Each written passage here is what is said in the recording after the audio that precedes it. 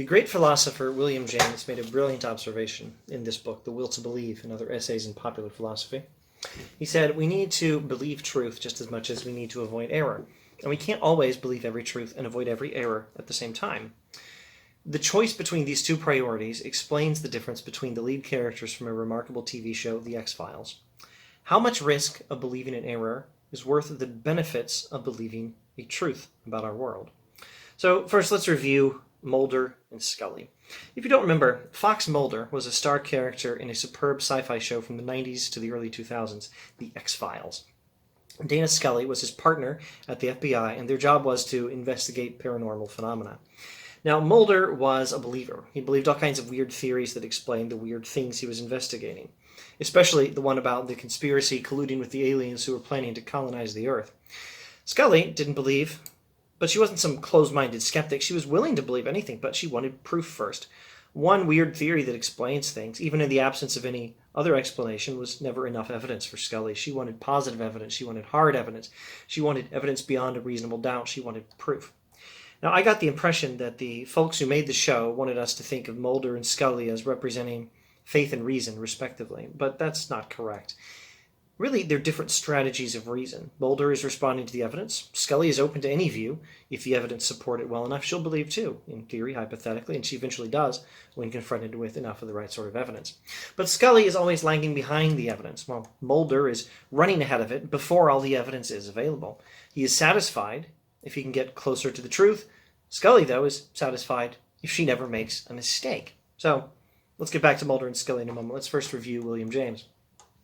William James says, there are two ways of looking at our duty in the matter of opinion, ways entirely different, and yet ways about whose difference the theory of knowledge seems hitherto to have shown very little concern. We must know the truth, and we must avoid error. These are our first and great commandments as would-be knowers. But they're not two ways of stating an identical commandment, they are two separable laws. Although it may indeed happen that when we believe the truth A, we escape as an incidental consequence from believing the falsehood B, it hardly ever happens that merely by disbelieving B, we necessarily believe A.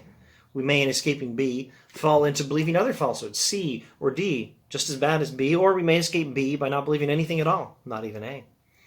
Believe truth, shun error. These, we see, are two materially different laws, and by choosing between them we may end by coloring differently our whole intellectual life. We may regard the chase for truth as paramount and the avoidance of error as secondary, or we may, on the other hand, treat the avoidance of error as more imperative and let truth take its chance. End quote. So, James is saying we need to avoid believing errors as much as we can, and we need to believe the truth as much as we can, but we can't always do 100% of both. In some situations where not all the evidence is yet come in, there may be some truth there to be believed, and there may not. If we believe a possible but unconfirmed truth, we risk being in error. The safest way to avoid that error is to not believe anything at all until the evidence has all come in. But that's also a good way of missing out on that truth, if that truth is there to miss out on. So, which risk do you prefer? The risk of believing in error, or the risk of not believing a truth?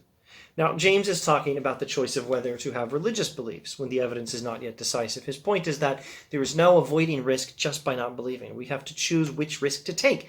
The point is not that we should believe, although James could easily be mistaken for making that point if you don't read him too carefully. The point is not that we should believe. The point is that there's no veto on faith just because faith risks error. The point is it's not true that we should not believe just because faith risks error. We risk something either way. We risk if we believe, we risk if we don't believe. A faith vetoer is just opting for a different risk. Better risk loss of truth than chance of error. That is your faith vetoer's exact position, says James.